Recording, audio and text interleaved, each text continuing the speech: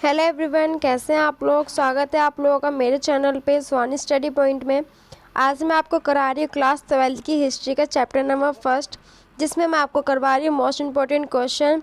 इसमें से कुछ बाहर नहीं आएगा आपके एग्ज़ाम में, ठीक है। जो भी मैं आपको करा रही हूँ काफ़ी इंपॉर्टेंट है। और अगर आप लोग मेरे चैनल पर नए हैं तो जल्दी से चाहिए मेरे चैनल को लाइक कीजिए एंड सब्सक्राइब कीजिए। बिना टाइम वेस्ट करे वीडियो को स्टार्ट करते हैं। इसमें पूछा गया इतिहास को 3 काल खंडों में बांटा गया है। इतिहास को 3 काल खंडों में बांटा गया है। पहला है प्रागैतिहासिक काल, ठीक है। दूसरा है अर्ध ऐतिहासिक काल। तीसरा है ऐतिहासिक काल, ठीक है। तो पहले में क्या बोला गया है, पूरा वस्तुओं के आधार पर इतिहास के काल का निर्माण, ठीक है। उसका निर्माण कैसे हुआ है, पूरा पाषाण, मध्य पाषाण, नव पाषाण, ठीक है। सेकंड पॉइंट है इसमें हमारा अभिलेख। इसमें क्या हुआ था कि सेकंड पॉइंट में हमें अभिलेख मिले हैं, ठीक है। पूरा अवशेष मिले हैं, पुराने अवशेष मिले हैं, पाए गए हैं, ठीक है। इसमें जो हमें लेख जो मिले हैं उन्हें अभी तक पढ़ा नहीं गया है, ठीक है। ऐतिहासिक काल में क्या है कि इसमें अभिलेख मिले हैं, ठीक है। पूरा अवशेष वस्तुएं मिली हैं, अन्य वस्तुएं भी पाई गई हैं, ठीक है। और इसमें अभिलेखों को पढ़ा गया है, ठीक है। आगे बढ़ते हैं। सिंधु सभ्यता। सिंधु सभ्यता को हड़प्पा सभ्यता भी कहा जाता है और हड़प्पा सभ्यता को सिंधु सभ्यता कहा जाता है। आप कैसे भी कह सकते हैं, ठीक है। हम बोलेंगे सिंधु सभ्यता की सबसे महत्वपूर्ण वस्तु क्या थी, वह उसका क्या प्रयोजन था। मतलब इसमें पूछा गया है कि सिंधु घाटी सभ्यता जो थी उसमें सबसे महत्वपूर्ण वस्तु क्या थी और उसका क्या प्रयोजन था, मतलब उसका क्या उपयोग था, ठीक है। इसका आगे बढ़ते हैं। सिंधु सभ्यता की सबसे महत्वपूर्ण पुरा वस्तु मोहरें थी। मोहरें मतलब मोहर, आपको तो पता होगा मोहरें क्या होती हैं, ठीक है। इसका प्रयोग व्यापार के लिए होता था। मोहरों का जो प्रयोग वो व्यापारों के लिए होता था। यह सेलखाड़ी नामक पत्थर से बनाई जाती थी, ठीक है। इन पर जानवरों के चित्र तथा एक ऐसी लिपि के चित्र उत्कीर्ण हैं जिन्हें अभी तक पढ़ा नहीं जा सकता, ठीक है। आगे बढ़ते हैं। इतिहास की दृष्टि में संस्कृति शब्द को परिभाषित करें। इतिहास के दृष्टि में मतलब इतिहास के नज़रिए में संस्कृति को कैसे परिभाषित करना है वो बताएंगे, ठीक है। आगे बढ़ते हैं। इसमें पुरातात्विद संस्कृति शब्द का प्रयोग पूरा वस्तुओं के ऐसे समूह के लिए करते हैं जो एक विशिष्ट शैली, विशिष्ट काल खंड, एक विशेष भौगोलिक क्षेत्र के हो और सामान्य एक साथ पाए जाते हैं, ठीक है। आगे बढ़ते हैं। हड़प्पा सभ्यता से पहले और बाद में भी संस्कृतियां अस्तित्व में थी। इसमें बोला गया हड़प्पा सभ्यता से पहले भी कुछ संस्कृतियां अस्तित्व में थी और बाद में भी रही हैं, ठीक है। तो उन्हीं के बारे में बताना है। इसमें आरंभिक हड़प्पा सभ्यता की ये जो है बीसी और ये देख लीजिए ईसा पूर्व कब से हड़प्पा सभ्यता का आरंभ हुआ, ठीक है। विकसित हड़प्पा सभ्यता आप देख सकते हैं 2600 से 1900 बीसी, ठीक है। पर्वतीय हड़प्पा सभ्यता, ठीक है, 1900 से 1000 बीसी। आप इन्हें देख सकते हैं। अब आगे बढ़ते हैं। अब थोड़ा सा इस पर भी नज़र दे दीजिए, ईसा पूर्व और ईसवी में क्या डिफरेंस है आप इसमें भी देख सकते हैं, ठीक है। हम आगे बढ़ते हैं, बाकी आप इसे देख सकते हैं, ज़्यादा समझाने वाली चीज़ें हैं नहीं है। आगे बढ़ते हैं। इसमें हड़प्पा सभ्यता के लोगों द्वारा अपनाए गए निर्वाह के तरीकों को बताएं। तो हड़प्पा सभ्यता के लोगों द्वारा अपनाए गए निर्वाह के तरीके वो कैसे रहते थे ये बताएंगे। इसमें फर्स्ट पॉइंट है पेड़ पौधों से उत्पाद प्राप्त करते थे। पेड़ पौधों से उत्पाद प्राप्त करते थे मतलब खाने की चीज़ें प्राप्त करते थे। वो खाने में क्या क्या खाते थे, अनाज के दानों, गेहूँ, जौ, दाल, सफ़ेद चना, तिल, चावल व बाजरा से कृषि का पता चलता है। इन सब ये जो चीज़ें हमें वहाँ पे मिली हुई हैं, ठीक है, कि हमने इनसे पता लगाया कि वो लोग हड़प्पा सभ्यता के जो लोग थे वो क्या क्या खाते थे, ठीक है। वहाँ से अनाज मिला है, वहाँ से गेहूँ मिला है, वहाँ से जौ मिली है हमें, वहाँ से दाल मिली है, वहाँ से हमें सफ़ेद चना मिला है, ठीक है। वहाँ से तिल मिली है, वहाँ से चावल मिले हैं। चावल के काफ़ी कम अवशेष मिले हैं वहाँ से, मतलब हम ये कह सकते हैं कि चावल वहाँ शायद कम खाए जाते थे, ठीक है। और वहाँ से बाजराएँ मिली है, ठीक है, और ये सब चीज़ें मिली है। अखेटक समुदायों से जंगली प्रजातियों जैसे बारहा सूगर, जैसे हमें 12 सूगर मिले हैं, ठीक है। इस हिरण तथा खड़ियाल का मांस प्राप्त करते हैं। खड़ियाल जैसे कि खड़ियाल सूगरों को कहा जाता है, ठीक है। आगे इसमें मवेशियों जैसे भेड़ बकरी भैंस तथा सूअर को पालते थे। यहाँ पे क्या था कि हमें यहाँ पे देखने में पता चला है, यहाँ से हमें अवशेष मिले थे, वहाँ से हमें कंकाल भी मिले हैं, जिसमें भेड़ों के कंकाल मिले हैं, बकरियों के कंकाल मिले हैं, भैंसों के कंकाल मिले हैं। तो हम ये सब देख करके पता लगा सकते हैं कि वहाँ पे कौन कौन से जानवरों को पाला जाता था। ठीक है, तो वहाँ पे भेड़ों को पाला जाता था, बकरियों को पाला जाता है, इन सब चीज़ों को पाला जाता था। ठीक है, वहाँ पे सेवन खाने में क्या क्या चीज़ें, मतलब क्या क्या खाती थी, क्या क्या खाते थे वो लोग, वहाँ पे मछलियाँ तथा पक्षियों का सेवन भी करते थे वो लोग। ठीक है, आगे बढ़ते हैं। हड़प्पा सभ्यता के विभिन्न क्षेत्रों में सिंचाई के कौन कौन से स्रोत मिले हैं। वहाँ पे जैसे हड़प्पा सभ्यता में सिंचाई किस प्रकार से की जाती थी है, उसका हम पता कैसे लगाएंगे, हमें वहाँ से कुछ स्रोत मिले हैं, तो हमें ये स्रोत है हमारे वहाँ पे, तो इसको पढ़ते हैं। हड़प्पा सभ्यता के विभिन्न क्षेत्रों में सिंचाई के निम्न स्रोत मिलते हैं। अफगानिस्तान से शोरतगाई नामक हड़प्पा स्थल से नहरों के कुछ अवशेष मिलते हैं। धोलावीरा गुजरात को कहा गया है। ठीक है, धोलावीरा गुजरात में जलाशयों का पता चला है। मोहनजोदड़ो में 700 कुएं पाए गए थे। ठीक है, ये कुछ चीज़ें हैं जो वहाँ से हमें स्रोतें मिली हैं। हड़प्पा सभ्यता की सिंचाई के स्रोत हैं हमारे। ठीक है, आगे बढ़ते हैं।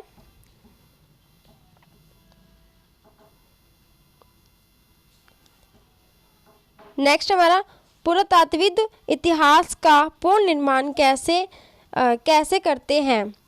वे अवशेषों का विश्लेषण करते हैं, उनके प्रयोजन का पता लगाते हैं तथा ज्ञात से अज्ञात की तुलना करके इतिहास का पुनर्निर्माण करते हैं। ठीक है, आगे बढ़ते हैं। मोहनजोदड़ो को नियोजित शहर की संज्ञा क्यों दी गई। ठीक है, इसमें बताना है जो मोहनजोदड़ो था उसको नियोजित शहर की संज्ञा क्यों दी जाती है।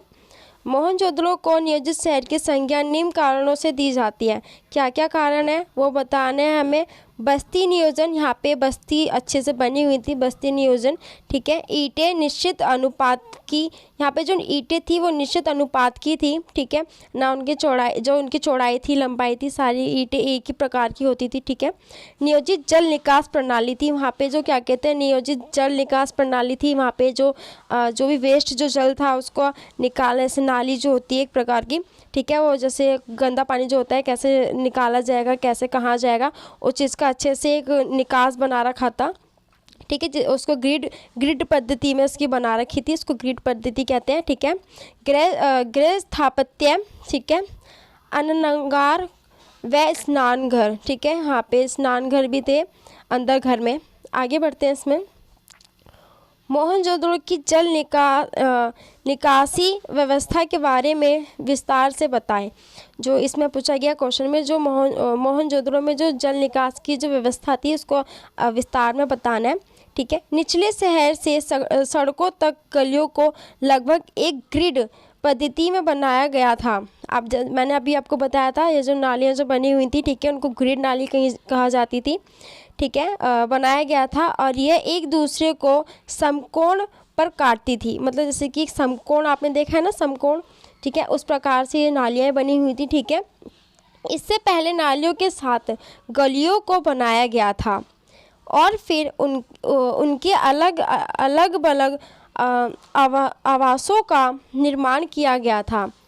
यहाँ पर यदि घरों के गंदे पानी को गलियों की नालियों से जोड़ा जाता था तो प्रत्येक घर की कम से कम एक दीवार का गली से सटा होना आवश्यक था। मतलब कि क्या कहते हैं इसमें बोला गया नॉर्मली कि जो हड़प्पा सभ्यता में क्या था, मोहनजोदड़ो में क्या था कि वहाँ की जो नालियाँ थी लोगों के घरों से जुड़ी होती थी। ठीक है, इसमें ये कहा गया और कुछ नहीं है। और ये जो नालियाँ जो होती थी उसको ग्रिड पद्धति कहा जाता था। ठीक है, निचले शहर से जुड़ी होती थी इसकी नालियाँ। हाँ, बस इतना ही है। अब आगे बढ़, ये जो मैं आपको करवा रही हूँ काफ़ी मोस्ट इम्पोर्टेंट समरी भी है, इनको ये क्वेश्चन भी बन सकते हैं इनमें से। ठीक है, इनको अच्छे से पढ़िए, काफ़ी इम्पोर्टेंट है। आगे बढ़ते हैं अब इसमें। मोहनजोदड़ो शहर के गृह स्थापत्य के बारे में संक्षिप्त से बताएं। ठीक है, मोहनजोदड़ो के निचले शहर में कई आवासीय भवनों में एक आंगन होता था जिसके चारों ओर कमरे बने थे। भूमि तल पर बनी दीवारों से खिड़कियां नहीं थी। इसके अतिरिक्त मुख्य द्वार से आंतरिक भाग द्वारा आंगन का सीधा अवलोकन नहीं होता था। हर घर का ईंटों के फर्श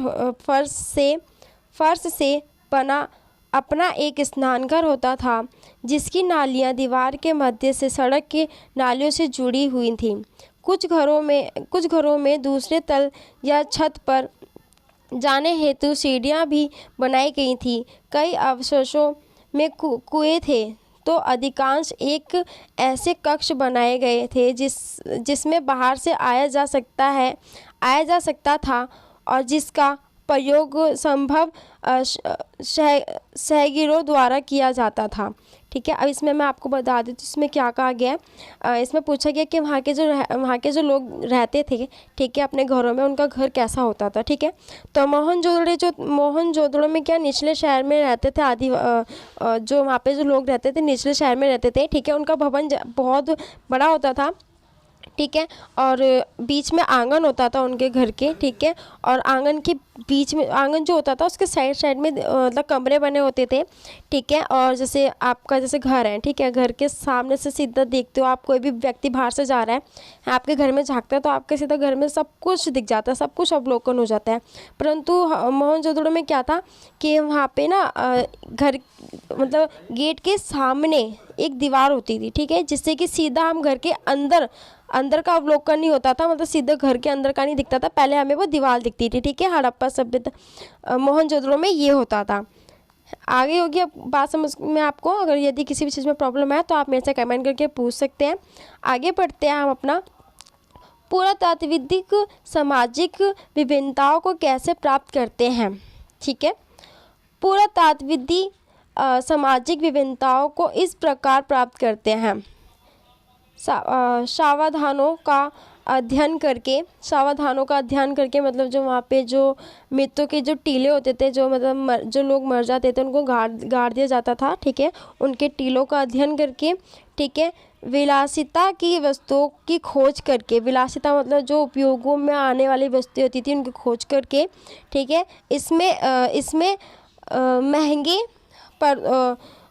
पदार्थ से बनी दुर्बल वस्तुएं सामान्य मोहनजोदड़ो और हड़प्पा जैसी बड़ी बस्तियों में केंद्रित है और छोटी बस्तियों में से विरले ही मिलती हैं। आगे बढ़ते हैं अब इसमें हम, ये ज़्यादा इम्पोर्टेंट नहीं था। आगे बढ़ते हैं इसमें हम हड़प्पा सभ्यता की नगर नियोजन की विशेषताओं का वर्णन कीजिए। अब इसमें हड़प्पा सभ्यता की नगर नियोजन की विशेषता के बारे में पूछा गया है। इसको पढ़ते हैं हम। हड़प्पा सभ्यता के नगरों का निर्माण एक निश्चित योजना के अनुसार किया था। ठीक है, ये जो हड़प्पा सभ्यता में जो नगर निर्माण जो किया गया था एक निश्चित योजना से किया गया था। ठीक है, सड़कें पर्याप्त चौड़ी थी, सड़कें जो चौड़ी थी, ठीक है, तथा एक दूसरे को समकोण पर काटती थी। जो सड़कें जो चौड़ी थी और वो एक दूसरे को समकोण पर काटती थी। नगरों में नालियों का जाल बिछा हुआ था। ठीक है, मकानों के गंदे पानी को निकालने के लिए नालियाँ बनी हुई थी। ठीक है, नेक्स्ट पर कई आवासों में कुएं बने हुए थे। ठीक है, यहाँ पे हमें कुएं भी मिले हैं। नगरों में सफाई और रोशनी की व्यवस्था थी। हड़प्पा के लोगों के मकान पहले ईंटों के बने होते थे। मकानों में रसोई घर, स्नानघर, शौचालय, ठीक है, खिड़कियों दरवाज़ों आदि भी व्यवस्था थी। वहाँ पे खिड़कियाँ भी थी, ठीक है, शौचालय भी थे उनके घर में, स्नान घर भी था, रसोई घर भी था। ठीक है, ये सब चीज़ें थी। आगे बढ़ते हैं इसमें हम। मनकों के निर्माण में किस पदार्थ को प्रयुक्त किया जाता था? जो मनके जो बनाई जाती थी, जो गहने बनाए जाते थे, ठीक है, उनमें कौन से पदार्थ का प्रयोग किया जाता था, ये पूछा गया इसमें। मनकों के निर्माण में विभिन्न प्रकार के पदार्थों को प्रयुक्त किया जाता था। मनकों के निर्माण में विभिन्न प्रकार के पदार्थ जैसे कर्नियल, ठीक है, सुंदर लाल रंग का एक वो होता था पत्थर। ठीक है, जैस्पर एक प्रकार का उपरत्न था। ठीक है, स्फटिक हो गया, ठीक है, सेल खड़ी जैसे पत्थर, ऐसी चीज़ें थी जिसका प्रयोग किया जाता था मनकों को बनाने में। ठीक है, आगे इनके निर्माण में तांबा, कांसा तथा सोने जैसी वस्तुओं का भी प्रयोग किया जाता था। इसके निर्माण में शंख, ठीक है, शंख जैसे कि अब माला बनाते हैं आप, ठीक है, तो शंख थी, ठीक है, पक्की मिट्टी आदि का भी प्रयोग किया जाता था। जैसे पक्की मिट्टी जो होती थी उसको गोलाकार दे करके उसमें एक तिल्ली के थ्रू उसमें छेद कर दिया जाता था, ठीक है, उसके मतलब मोतियाँ बना दी जाती थी। ठीक है, इनका भी प्रयोग किया जाता था। आगे बढ़ते हैं, मनके बनाने की तकनीकी में क्या विभिन्नताएं थी। जो मनके जो बनाए जाते थे उनकी तकनीकी में क्या क्या विभिन्नताएं थी, ठीक है, अब इसके बारे में बताना है। मनके बनाने की तकनीकों में विभिन्न प्रकार की विभिन्नताएं थी। ठीक है, जैसे इसमें फर्स्ट पॉइंट है, मनके बनाने की तकनीकों में प्रयुक्त पदार्थ के अनुसार विभिन्नताएं थी। सेल खाड़ी जो एक बहुत मूल्य पत्थर है पर सरलता से कार्य हो जाता था।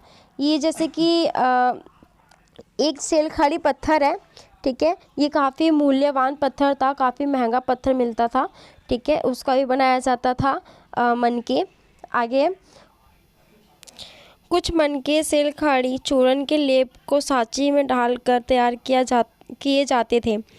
इससे विभिन्न प्रकार के मनके बनाए जा सकते थे। सेल खड़ी के सूक्ष्म मनके बनाए जा सकते हैं। सेल खड़ी जो चूर्ण थे, ठीक है, उसको लेप के थ्रू ना हम ना काफ़ी छोटे छोटे सूक्ष्म प्रकार के भी मनके बना सकते थे। ठीक है, आगे बढ़ते हैं, मनके बनाने की प्रक्रिया का वर्णन कीजिए। ठीक है, मनके बनाने की प्रक्रिया, कर्निलियन का लाल रंग, पीले रंग के कच्चे माल तथा उत्पादन विभिन्न चरणों में मनकों को आग में पकाकर प्राप्त किया जाता था। पत्थरों के पिंडों को पहले उपरिष्कृत आकारों में तोड़ा जाता था और फिर बारीकी से शल्क निकालकर उन्हें अंतिम रूप दिया जाता था। गिराई, पॉलिश और इनमें छेद करने के साथ ही मनके बनाने की प्रक्रिया पूरी होती थी। ठीक है, इसमें नॉर्मली कहा गया है कि क्या कहते हैं, कर्निलियन का एक पत्थर होता था, ठीक है, वो कच्चे माल में होता था, उसको पहले आग में जला करके मतलब उसको पका करके उसको मजबूत किया जाता था। ठीक है, और फिर इसके बाद दूसरे चरण में क्या होता था, इनको पिंडों में डाला जाता था, मतलब जिस चीज़ में इसको आकार देना है उसी के पिंड में उसको डाला जाता था, उसको आकार दे दिया जाता था। फिर उसके बाद इसमें पॉलिश की जाती थी, इसमें छेद किए जाते थे। ठीक है, ऐसे इस प्रक्रिया को पूरा किया जाता था। आगे बढ़ते हैं, हड़प्पा शहरों में तैयार शंख और मनके कहाँ भेजे जाते थे। नागेश्वर तथा बालाघाट नामक बस्तियों समुद्र तट के समीप स्थित में शंख से बनी वस्तु जैसे चूड़ियाँ, करछियाँ तथा पच्चीकारी की वस्तुओं के निर्माण के विशिष्ट केंद्र थे। यहाँ से ये वस्तुएं दूसरी बस्तियों में भेजी जाती थी। यह भी संभव है कि चंदड़ों और लोथल से तैयार माल जैसे मनके मोहनजोदड़ो और हड़प्पा जैसे बड़े शहरी केंद्रों में भेजे जाते थे। ठीक है, ये कहाँ जो तैयार की जाती थी मनके, उनको कहाँ भेजा जाता था, ये इसमें ये बताया गया है। ठीक है, आप इसे देख सकते हैं। आगे बढ़ते हैं, हड़प्पा सभ्यता की बाट प्रणाली के बारे में आप क्या जानते हैं। ठीक है, बाट प्रणाली क्या होती थी उसके बारे में आपको बताना है। हड़प्पा सभ्यता काल में विजयनबारों की एक सूक्ष्म या परिशुद्ध प्रणाली द्वारा नियंत्रित थे। ये बाट प्राय चाट नामक पत्थर से बनाए जाते थे। ठीक है,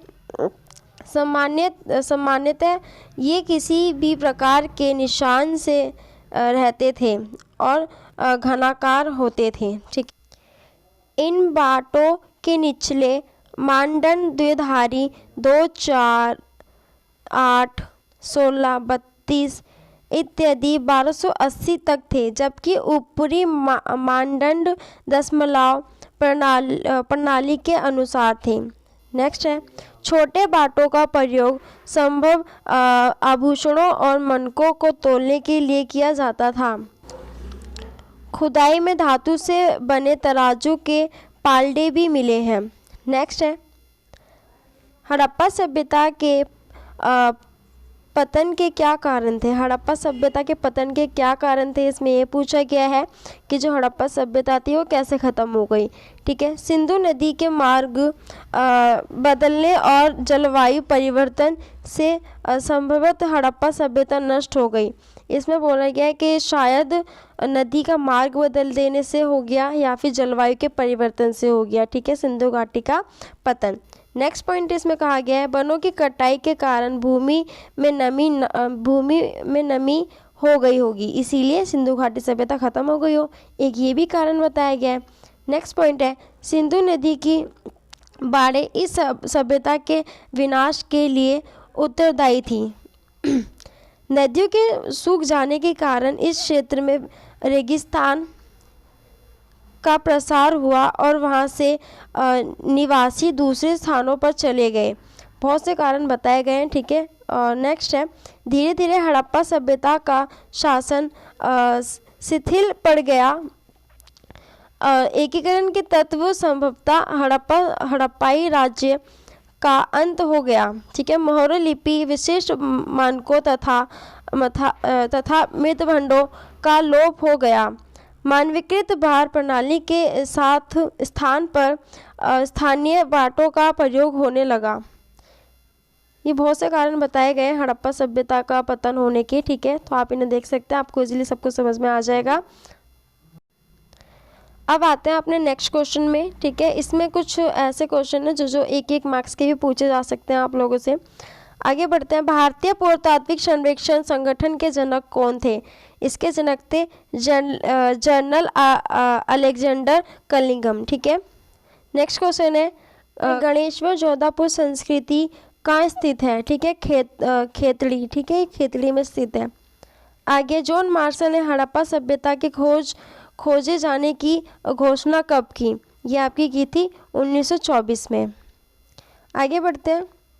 संघ से बनी शिल्प उत्पादों के विशिष्ट केंद्रों के नाम लिखें। ठीक है, नागेश्वर और बालाकोट। ठीक है, यहाँ से हमें मिली थी शंख से बनी शिल्प।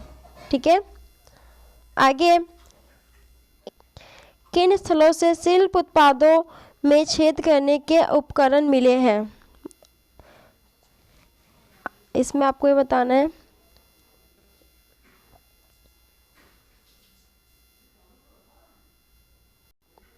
चुनहुंदड़ो, लोथल और हाल ही में धोलावीरा से छेद करने के अवशेष मिले हैं। कर्निलियन का लाल रंग कैसे पता लगाया जाता था? कर्निलियन का लाल रंग पीले रंग के कच्चे माल तथा उत्पादन के विभिन्न चरणों में मनकों को आग में पकाकर प्राप्त किया जाता था। ठीक है, आगे बढ़ते हैं। शिल्प उत्पादन के लिए कच्चे माल की प्रक्रिया के लिए कौन कौन सी नीतियाँ प्रचलित थी?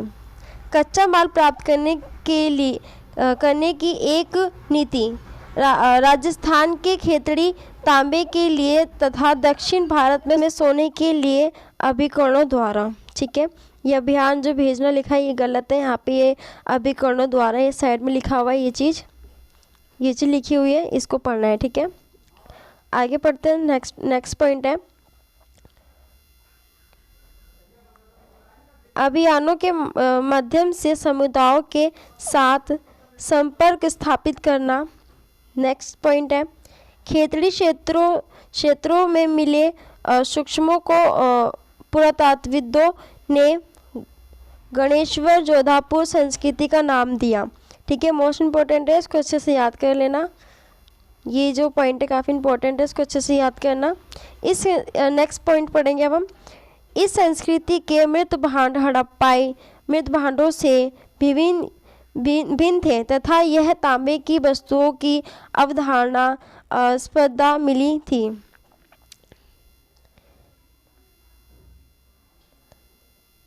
गणेश्वर और बालाकोट में जहाँ शंख आसानी से उपलब्ध था बस्तियाँ स्थापित थी, वहाँ पे बस्तियाँ भी स्थापित थी। ठीक है, जहाँ से हमें गणेश्वर और बालाकोट जहाँ पे स्थित था, ठीक है, वहाँ पे ना बस्तियाँ भी मिली थी बहुत सारी।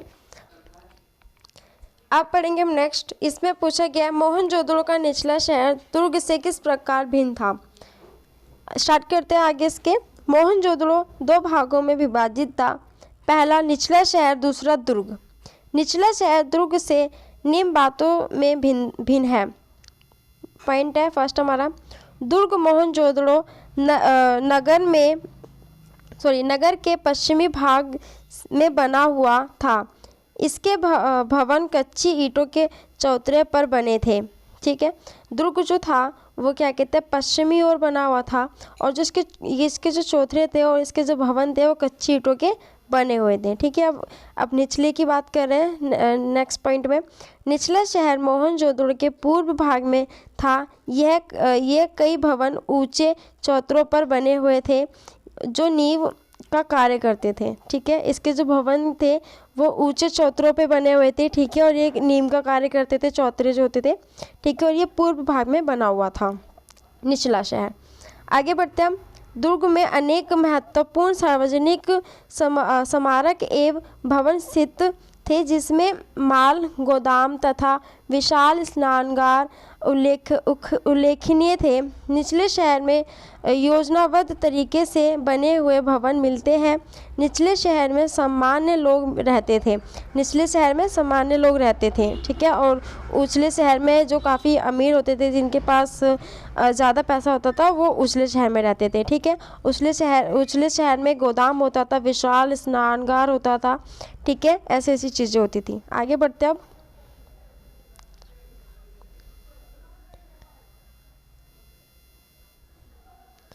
आगे पूछा गया, क्या हड़प्पाई समाज में सभी लोग समान रहे होंगे। ये काफ़ी बहुत बड़ा क्वेश्चन है कि जो वहाँ पे जो हड़प्पाई समाज में जो लोग रहते थे सारे के सारे समान ही होते थे, या अलग अलग प्रकार के अलग अलग सोच के लोग होते थे। इसमें एक क्वेश्चन पूछा गया। इसमें आगे बताना है, कुछ पुरातत्वविदों का मत है कि हड़प्पाई समाज में शासक नहीं थे। वहाँ पे किसी का एक ऐसा पर्टिकुलर पर्सन नहीं था जो वहाँ पे शासक करता था हड़प्पाई समाज में। ठीक है, तथा सभी की सामाजिक स्थिति समान थी। वहाँ की जो सभी की जो सामाजिक स्थिति थी वो समान थी, परंतु कुछ पुरातत्वविदों की मान्यता है कि हड़प्पा में एक नहीं बल्कि कई शासक थे, जैसे मोहनजोदड़ो, हड़प्पा आदि के अपने अलग अलग राजा होते थे। वहाँ के अलग अलग राजा होते थे, मोहनजोदड़ो के अलग राजा, हड़प्पा के अलग राजा। ठीक है, परंतु कुछ पुरातत्वविदों का मत है कि हड़प्पा एक ही राजा था। हड़प्पा एक ही राजा था। जैसा कि पुरावस्तुओं में समानताओं नियोजित बस्ती के सूक्ष्म ईंटों के आकार में निश्चित अनुपात तथा बस्तियों के कच्चे माल के स्रोत के निकट स्थापित होने से स्पष्ट है। इसमें कहा गया है कि शायद वहाँ पे कोई राजा भी होता था, क्योंकि वहाँ के जो वहाँ पे जो बस्तियाँ बनाई हुई हैं, ठीक है, वहाँ की जो ईंटें हैं, वहाँ की जो नालियाँ हैं, वो जिस प्रकार से बनी हुई हैं, वो एक ऐसा इंसान होना चाहिए जो उसको अच्छे से समझा होगा, फिर उसे बनाया होगा। ठीक है, तो वो एक राजा ही होगा शायद। इन लोगों के कहने का मतलब यह है इसमें। ठीक है, आगे बढ़ते हैं। अतः यह असंभव प्रतीत नहीं होता कि हड़प्पाई समाज में सभी लोग समान रहे होंगे। कुछ विद्वानों का मत है कि उस काल में पुरोहितों का एक अलग वर्ग रहा होगा और तत्कालीन समाज में उनका महत्वपूर्ण स्थान रहा होगा। वहाँ पे कुछ अलग वर्ग होगा कोई सा, ठीक है, जिनको काफ़ी श्रेष्ठ माना जाता होगा। ठीक है, आगे बढ़ते हैं हम। नेक्स्ट है इसमें क्वेश्चन इसमें पूछा गया है, नाविकों का देश किसे कहा जाता है। ठीक है, मेसोपोटामिया के लेख में मेलुहा को नाविकों का देश कहा जाता है। आगे, मुहरों और मृदांकनों का प्रयोग किसके लिए होता था। मुहरों और मृदांकों का प्रयोग लंबी दूरी के संघर्ष को सुविधाजनक बनाने के लिए होता था। आगे इसमें सबसे लंबे अभिलेख में लगभग कितने चिन्ह हैं। सबसे लंबे अभिलेख में लगभग 26 चिन्ह हैं। ठीक है, भारतीय पुरातात्विक सर्वेक्षण के पहले डायरेक्टर जनरल कौन थे? भारतीय पुरातात्विक सर्वेक्षण के सबसे पहले जनरल डायरेक्टर कनिंघम था। ठीक है। नेक्स्ट है, हड़प्पा स्थलों की भौतिक संस्कृति में क्या बदलाव आए? हड़प्पा स्थलों की भौतिक संस्कृति में निम्न बदलाव आए। पहला बदलाव है जलवायु परिवर्तन। ठीक है। वनों की कटाई, अत्यधिक बाढ़। ठीक है। नेक्स्ट है नदी का सूख जाना या मार्ग बदल लेना। भूमि का अत्यधिक उपयोग। अब हम पढ़ेंगे टीला किसे कहते हैं। जब लोग एक ही स्थान पर नियमित रूप से रहते हैं तो भूमि खंड के अनवरत उपयोग तथा पूर्ण उपयोग में आवासीय मलबों का निर्माण हो जाता है, जिन्हें टीला कहते हैं। ठीक है। आगे बढ़ते हैं। शमन कौन होते हैं? शमन वह महिलाएं और पुरुष होते हैं जो जादुई तथा इलाज करने की शक्ति होने और साथ ही दूसरी दुनिया से संपर्क साधने के सामर्थ्य का दावा रखते हैं। अभी तक मैंने जितना भी आपको कराया है ये सारे के सारी मोस्ट इम्पोर्टेंट समरी भी थी एंड क्वेश्चंस भी थे। ठीक है। आई होप आपको इजीली सब कुछ समझ में आया होगा। यदि आपको किसी भी चीज़ में दिक्कत आए तो आप मेरे से कमेंट करके पूछ सकते हैं एंड मैं आपको ज़रूर रिप्लाई करके उसका आंसर बताऊंगी। ठीक है। मैं ऐसे ही आपके लिए वीडियो लेकर के आती रहूँगी। अभी तो मेरा फर्स्ट चैप्टर था हिस्ट्री का, अभी मैं अपनी नेक्स्ट वीडियो में आपके लिए सेकंड चैप्टर लेकर के आऊँगी। ठीक है। Most important summary and questions लेकर के आऊँगी। यदि आप लोग मेरे चैनल पर नए हैं तो जल्दी से जाइए मेरे चैनल को लाइक कीजिए एंड सब्सक्राइब कीजिए एंड मेरी वीडियो को ज़्यादा से ज़्यादा शेयर कीजिए, क्योंकि मैं अपनी नेक्स्ट वीडियो में आपके लिए लेकर के आने वाली हूँ सेकेंड चैप्टर, जो कि मैं आपको करवाऊँगी most important summary and most important question, जो कि आपके एग्ज़ाम के लिए बहुत इम्पोर्टेंट होगा। आज की वीडियो में बस इतना ही। Thank you for watching my channel.